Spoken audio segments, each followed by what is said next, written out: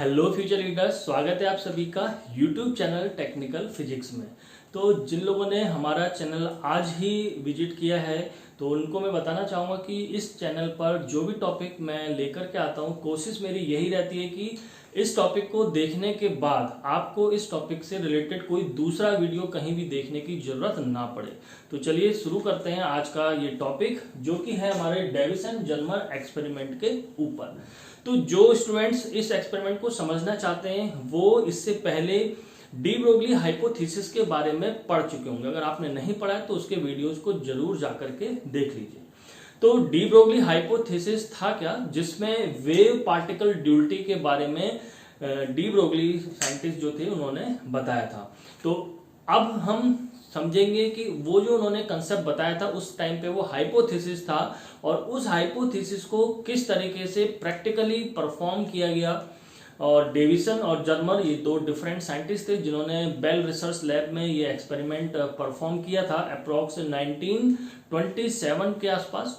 तो यहाँ पर एक्सपेरिमेंटल सेटअप मैंने ऑलरेडी ड्रॉ कर रखा है, वर्किंग यहाँ पे कुछ ग्राफ के फॉर्म में बनी हुई है और कैलकुलेशन एनालिसिस यहाँ पर किया हुआ है।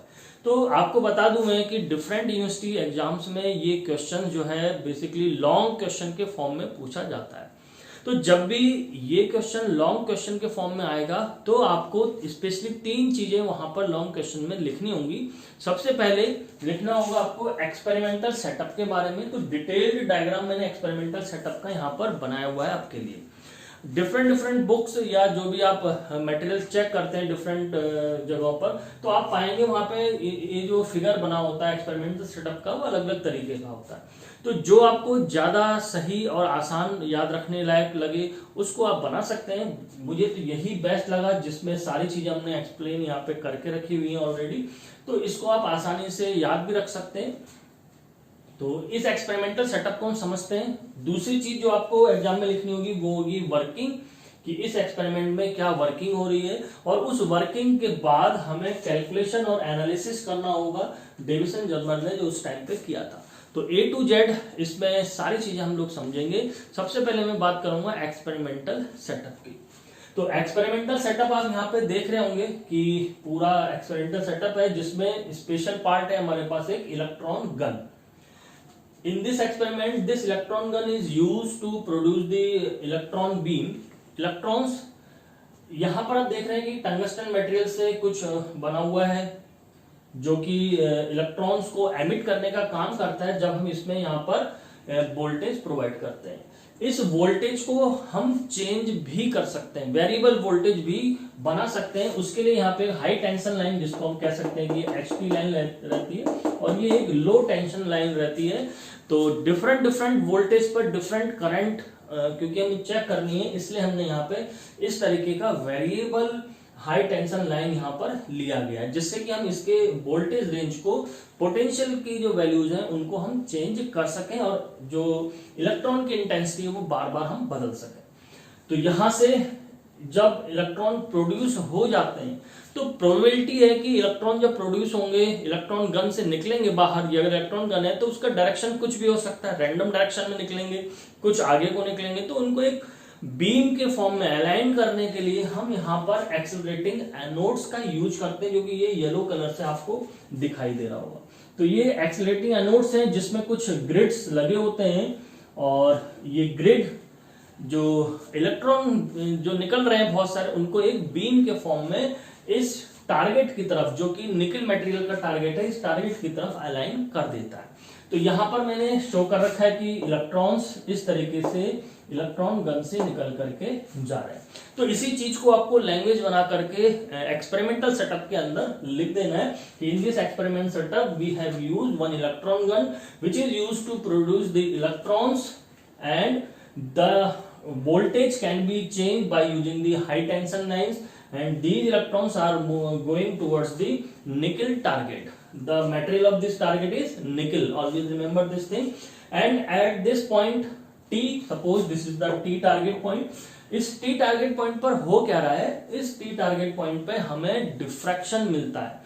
डिफ्रैक्शन किस तरीके से, तो यहां पर जैसे ही इलेक्ट्रॉन्स स्ट्राइक आउट करते हैं इस निकल टारगेट पर, तो वो रैंडम डायरेक्शन में, रैंडम एंगल से डाइवर्ट होते हैं या कह सकते हैं कि स्कैटर्ड होते हैं। और यहाँ पर हमने जो स्कैटरिंग एंगल है शो कर रखा है 5 डिग्री से। तो 5 डिग्री पर जब ये स्कैटर होता है तो इलेक्ट्रॉन जब आया स्कैटर होकर के तो उसे हम अब डिटेक्ट कैसे करें। तो डिटेक्ट करने के लिए फर्दर अनदर असेंबली यहाँ पे यूज की जाती है। इसको सिंपल लैंग्वेज में आप इलेक्ट्रॉन डिटेक्टर कह सकते हैं। और अगर इसको थोड़ा और डिटेल में बात करें तो ये इलेक्ट्रॉन डिटेक्टर एक फैराडे सिलेंडर के फॉर्म में होता है, जिसका लिंक एक गैल्वेनोमीटर के थ्रू किया गया होता है, ताकि जो इलेक्ट्रॉन्स डिटेक्ट हो रहे हैं वो इलेक्ट्रॉन से हमें करंट मिले और हम जान पाए कि वहां पर कितनी इंटेंसिटी का इलेक्ट्रॉन हमें मिल रहा है।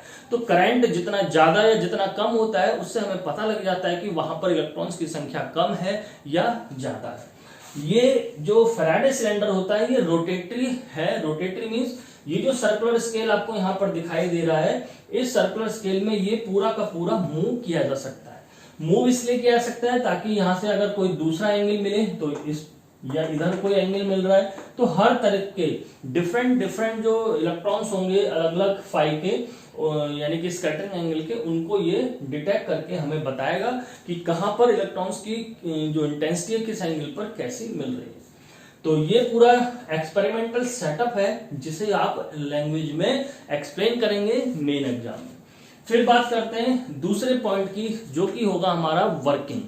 तो अब ये वर्किंग जो हो रही है, वर्किंग में कुछ यही चीजें जो मैंने बताई इसी को डिटेल में और लेके चलते हैं कि जब यहाँ पर हमें डिफरेंट स्कैटरिंग एंगल्स मिल रहे होते हैं तो हम क्या करते हैं, या डेविसन और जर्मन ने क्या इसमें एक्सपेरिमेंट किया था, उसने डिफरेंट वोल्टेज रेंज पर इसके बिहेवियर की स्टडी करी थी कि किस तरीके से इसमें बिहेवियर आ रहा है वेव का।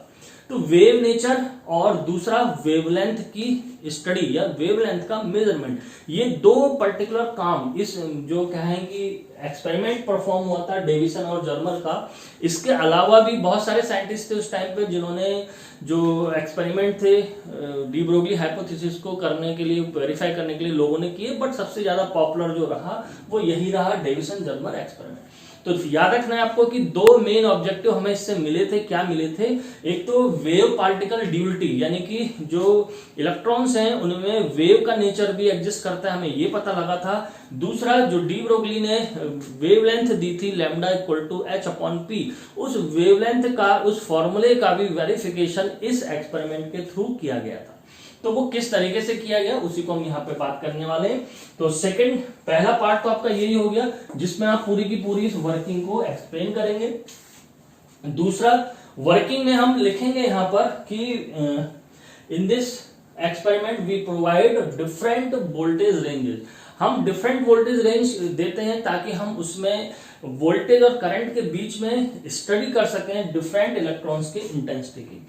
तो जब हम इसमें स्टडी करते हैं तो हम क्या पाते हैं, 40 वोल्ट में हमें जो स्कैटरिंग एंगल मिल रहे होते हैं वो मोस्टली इस तरीके से होते हैं कि हमें इनका जो पैटर्न है वो एक स्ट्रेट लाइन के फॉर्मेट में मिल रहा होता है। जब हम थोड़ा सा वोल्टेज यहाँ इस हाई टेंशन लाइन से बढ़ाते हैं तो क्या देखते हैं हम कि यहाँ पर 48 वोल्ट देने पर इसमें जो डिफरेंट इंटेंसिटी के कर्व हमें मिल रहे हैं, ये जो इंटेंसिटी के कर्व हैं ये क्या कर्व हैं, ये डिफरेंट फाई के लिए बने हुए हैं यहाँ पर इस तरीके से। तो डिफरेंट फाई के लिए जो बने हुए हैं मींस कि जब हमने यहाँ पे एक एग्जांपल की मैं बात करूं कि 48 वोल्ट दिया तो 48 वोल्ट में कुछ इलेक्ट्रॉन ऐसे आएंगे, कुछ इलेक्ट्रॉन ऐसे आएंगे, कुछ इलेक्ट्रॉन इधर स्कैटर्ड होंगे। तो डिफरेंट एंगल से इलेक्ट्रॉन स्कैटर होंगे। इस फैराडे सिलेंडर से हम उन इलेक्ट्रॉन्स को क्या करेंगे, डिटेक्ट करेंगे। जब हम डिटेक्ट करते हैं तो डिटेक्ट करने पे हमें मिलते हैं कुछ इस तरीके से इलेक्ट्रॉन्स 40 पे कि वो सब सेमी यानी कि स्ट्रेट लाइन में डिफ्रैक्ट हो रहे हैं या स्कैटर्ड हो रहे हैं। जब थोड़ा और आगे 48 वोल्ट देते हैं तो हमें उसमें क्या मिल रहा है कि कुछ इस तरीके से डेविएशन हमें मिल रहा है। तो इनको जब हम मिलाते हैं ये डिफरेंट फाई के एंगल्स हैं तो हमें कुछ ऐसा शेप मिलता है जो मैंने यहाँ पे ऑलरेडी बना रखा है।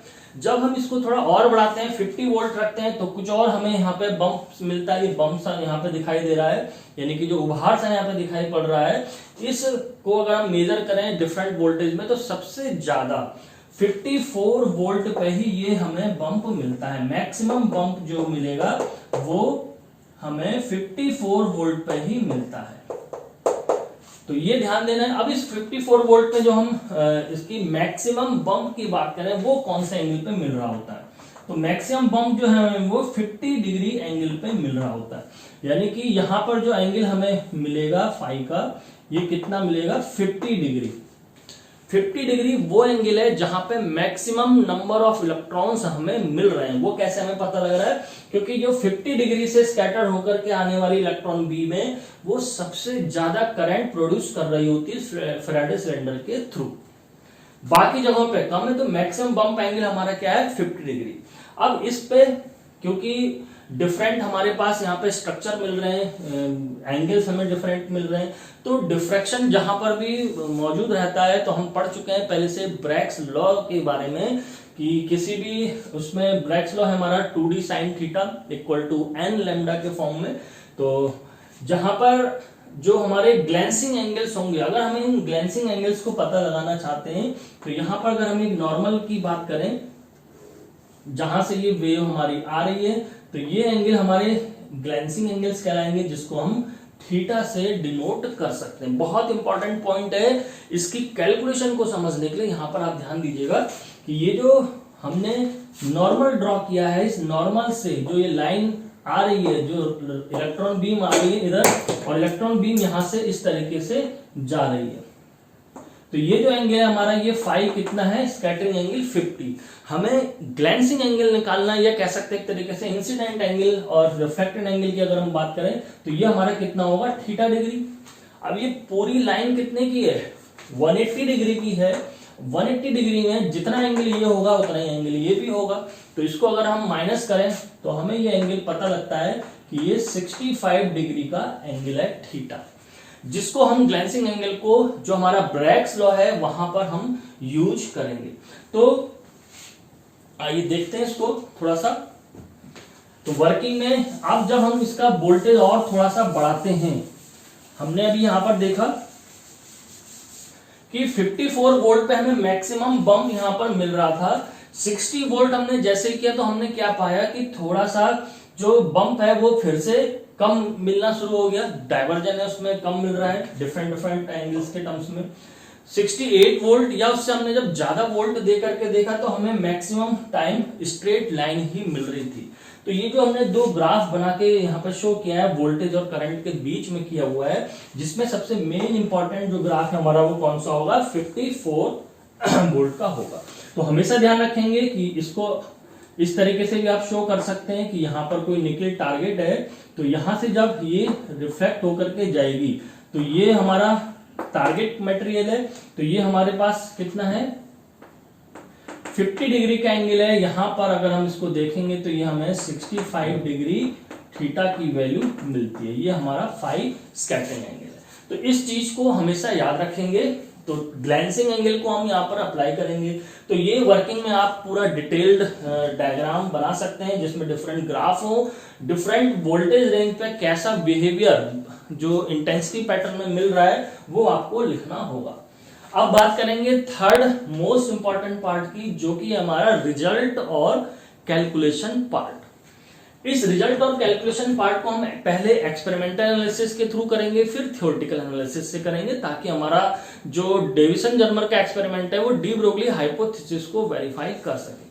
तो इसके लिए मैंने यहाँ पहले ही लिख दिया है, जो कि फॉर्मूला आपने पढ़ भी रखा होगा कि ब्रैग्स लॉ जो कि रिप्रेजेंट किया जाता है 2d sin theta equal to n lambda से, जहां पर d जो है हमारी, अगर आपने क्रिस्टल थ्योरी पढ़ी है तो उसमें बताया भी जाता है कि इंटरप्लेनर डिस्टेंस जो ली जाती है। यहाँ पर डिफ्रैक्शन के फॉर्म में कह सकते हैं कि जो सेंटर मैक्सिमा है और जो नेक्स्ट हमें पॉइंट मिल रहा है उन दोनों के बीच मैक्सिमा का, उन दोनों के बीच की डिस्टेंस यहाँ पर d ली गई है। थीटा जो है यहाँ पर ग्लैंसिंग एंगल को रिप्रेजेंट करता है, n ऑर्डर को रिप्रेजेंट करता है, फर्स्ट ऑर्डर के n इक्वल टू 1 हम लोग लेते हैं। लैम्डा जो यहाँ पर है वो वेवलेंथ को रिप्रेजेंट करेगा। तो इन सब में जब मेजरमेंट किया जाता है तो याद रखना है कि जो d है, जो डिस्टेंस हमारे पास आती है कैलकुलेशन से, वो है 0.91। ये आपको याद रखनी पड़ेगी मेन एग्जाम के लिए, ताकि आपका जो एक्सपेरिमेंटल एनालिसिस है वो गलत ना हो। तो जो थीटा की वैल्यू है वो 65 डिग्री है। ये थीटा किस तरीके से 65 डिग्री लिया गया है ये मैंने आपको बता दिया ऑलरेडी। n की वैल्यू डिफरेंट डिफरेंट हो सकती है। यहां पर हम फर्स्ट ऑर्डर की बात कर रहे हैं तो n बराबर हमने यहां पर लिया हुआ है 1, लैम्डा की वैल्यू हमें निकालनी है। तो जब हम इसमें सारी वैल्यू रख करके कैलकुलेशन करते हैं तो हमें ये वैल्यू मिलती है अप्रोक्सीमेट 1.65 एंगस्ट्रॉम। सपोज इसको हम मान लेते हैं क्वेश्चन 1। अब डी ब्रोगली जो साइंटिस्ट थे उन्होंने क्या बताया था, उन्होंने बोला था कि उनके हाइपोथेसिस के अकॉर्डिंग जो मैटर वेव की वेवलेंथ होती है वो होती है h/p के फॉर्म में। तो जब हमने इसको वैल्यू को एक्सपेंड किया, p की वैल्यू को mv से एक्सपेंड हो सकती है, ये फॉर्मूला हम ऑलरेडी ड्राइव कर चुके हैं किस तरीके से लेके आते हैं। तो चार्ज के फॉर्म में 2m/qv, और इलेक्ट्रॉन के लिए अगर हम इस पूरी वैल्यू को सॉल्व करें h/√2m Q की वैल्यू को जब हम सॉल्व करते हैं तो ये पूरी की पूरी वैल्यू कैलकुलेट करके आती है 12.26 अपॉन √v। v यहाँ पर वोल्टेज को रिप्रेजेंट कर रहा है। तो जब हम यहाँ पर इस वैल्यू को 54 के लिए रखते हैं, क्योंकि 54 ही क्यों रख रहे हैं, मैक्सिमम बम्प क्योंकि हमें किस वोल्टेज पे मिल रहा था 54 पे। एंगल हमें क्या मिल रहा था, जो ग्लैंसिंग एंगल है 50 डिग्री हमारे स्कैटरिंग एंगल रखने पर मिल रहा था θ65। तो यहाँ पर वैल्यू रखते हैं हम 54 की, यहाँ पर ग्लैंसिंग एंगल 65 की। तो इसको सॉल्व करने पर हमें जो वेवलेंथ मिलती है रिजल्ट में वो है अप्रोक्सीमेट 1.67 एंगस्ट्रॉम। तो ये क्या इंडिकेट कर रहा है कि जो एक्सपेरिमेंट से हमने वैल्यूज निकाली हैं, ये एक्सपेरिमेंटल वैल्यूज हमारी थ्योरेटिकल वैल्यूज को फुली सेटिस्फाई कर रही हैं। जो डी ब्रोगली ने हाइपोथेसिस दिया था वहां से भी सेम वही अप्रोक्सीमेशन जो हमें मिल रहा है वो एक्सपेरिमेंटली वेरीफाई भी हो रहा है। तो इस तरीके से डेविसन और जर्मर के द्वारा जो मिक्स कह सकते हैं कि दो अलग अलग साइंटिस्ट थे, इन्होंने दोनों जो जॉइंट बेल लैबोरेटरीज में एक्सपेरिमेंट किया उससे ये वेरीफाई हुआ कि जो इलेक्ट्रॉन बीम है उसमें वेव नेचर भी एग्जिस्ट करता है, और उससे उस वेव जो मैटर वेव के फॉर्म में अगर हम बात करें डी ब्रोगली हाइपोथेसिस में जो फॉर्मूला यूज किया गया उसकी वेवलेंथ को जब निकालते हैं तो थ्योरेटिकली जो डी ब्रोगली हाइपोथेसिस से फॉर्मूला था और हमारा यहाँ पर जो डिफ्रैक्शन का पैटर्न लगा करके डिफ्रैक्शन फॉर्मूला जो हमने ब्रैग्स लॉ यूज किया, जो ब्रैग्स लॉ डिफ्रैक्शन के लिए दिया जाता है, वहां से जो वेवलेंथ निकल के आई वो दोनों की दोनों वैल्यू इक्वल थी। तो इस तरीके से ये एक्सपेरिमेंट बहुत आसानी के साथ यहाँ पर हम मेन एग्जाम में लिख करके आ सकते हैं। अगर आप देखना चाहते हैं थोड़ा डिटेल जल्दी आपको इसमें किस तरीके से नोट्स इसके लिखें, ये अगर आपको चाहिए है तो आप हमारी वेबसाइट पर भी विजिट कर सकते हैं technicalphysics.com पर। एक चीज और जरूरी बात बताएं कि अप्रोक्सीमेटली 1927 में इन्होंने ये दिया था एक्सपेरिमेंट करके, लेकिन इसके बाद काफी साल के बाद इनको इस पर नोबेल प्राइज भी मिला था। लगभग 10 इयर्स के आफ्टर 1937 कह सकते हैं कि वहां पर इनको लगभग 10 साल के बाद नोबेल प्राइज दिया गया था इसी एक्सपेरिमेंट के लिए। और डी ब्रोगली जो साइंटिस्ट थे जिन्होंने ये हाइपोथेसिस दिया था उनको भी एक्सपेरिमेंट जो ये मिला था, जो उन्होंने हाइपोथेसिस दिया था अप्रोक्सीमेटली 1929 के आसपास उनको भी नोबेल प्राइज इस पर दिया गया था। तो काफी इंपॉर्टेंट जो है ये डेविसन जर्मर एक्सपेरिमेंट है, चाहे हम क्लास 12th की बात करें या बीएससी की बात करें, बीटेक की बात करें, सभी में ये एक्सपेरिमेंट बहुत ही ज्यादा बार पूछा गया है।